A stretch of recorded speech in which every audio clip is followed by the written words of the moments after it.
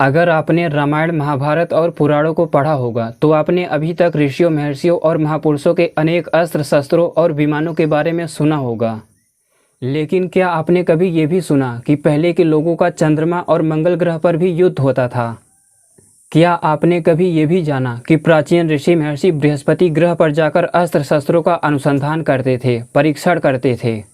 पूरे सौरमंडल में और सौरमंडल के भी बाहर अपने प्राचीन ऋषि महर्षि यात्रा किया करते थे, विमानों के द्वारा, अंतरिक्ष स्पेस स्टेशनों के द्वारा और योग सिद्धियों के द्वारा। क्या आपने कभी ये भी सुना कि महात्मा अर्जुन अपने विमान से मंगल ग्रह की यात्रा किया करते थे? वहाँ पर 3 साल रहे थे वे।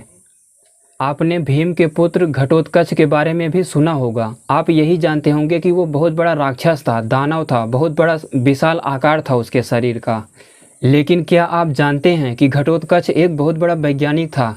उसने एक विमान बनाया था जिसके द्वारा वो चंद्रमा, मंगल ग्रह और फिर सौरमंडल के बाहर तक की यात्रा किया करता था।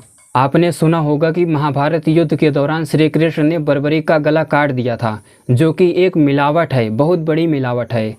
लेकिन क्या आपने कभी ये भी सुना कि बर्बरीक एक बहुत बड़ा वैज्ञानिक था जिसने भगवान श्री कृष्ण के नियंत्रण और नेतृत्व में अंतरिक्ष में एक स्पेस स्टेशन का स्थापित किया था, जो पृथ्वी और चंद्रमा के बीच गति करता था।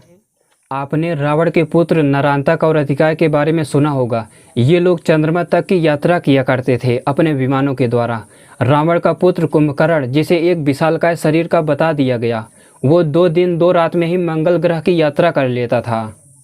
क्या आपने कभी ये भी जानने का प्रयास किया कि महर्षि भगवान भरद्वाज जी ने शुक्र, शनि, मंगल, बृहस्पति, चंद्रमा, पृथ्वी आदि के बीच अनेक अंतरिक्ष स्पेस स्टेशनों का निर्माण किया था? बहुत बड़े वैज्ञानिक थे वे, इतने बड़े वैज्ञानिक जिसकी कल्पना भी आज का बड़ा से बड़ा वैज्ञानिक नहीं कर सकता। सृष्टि के आदि से जितने भी ऋषि महर्षि थे, महर्षि भगवान ब्रह्मा हो गए, महर्षि भृगु हो गए, भगवान विष्णु हो गए, महादेव भगवान शिव हो गए, महर्षि भगवान नारद हो गए, भगवान अगस्त्य हो गए, श्री राम हो गए, महर्षि सर्वभंग हो गए, भगवान विश्वामित्र हो गए, महर्षि वशिष्ठ हो गए, महान वैज्ञानिक ऋषिका लोपामुद्रा हो गई, महाराज इक्ष्वाकु हो गए, उनके समय के सभी ऋषि महर्षि, फिर महर्षि वेदव्यास हो गए, भगवान श्री कृष्ण हो गए, महर्षि मुचकुंद हो गए, महर्षि ऐत्रेय महिदास जी हो गए, बृहस्पति जी हो गए, महर्षि अत्रि जी हो गए, महर्षि भगवान याज्ञवल्क्य हो गए, और भी अपने सभी पूर्वज जो सृष्टि आदि से लेकर अब तक पैदा हुए हैं, ये एक महान वैज्ञानिक हुआ करते थे।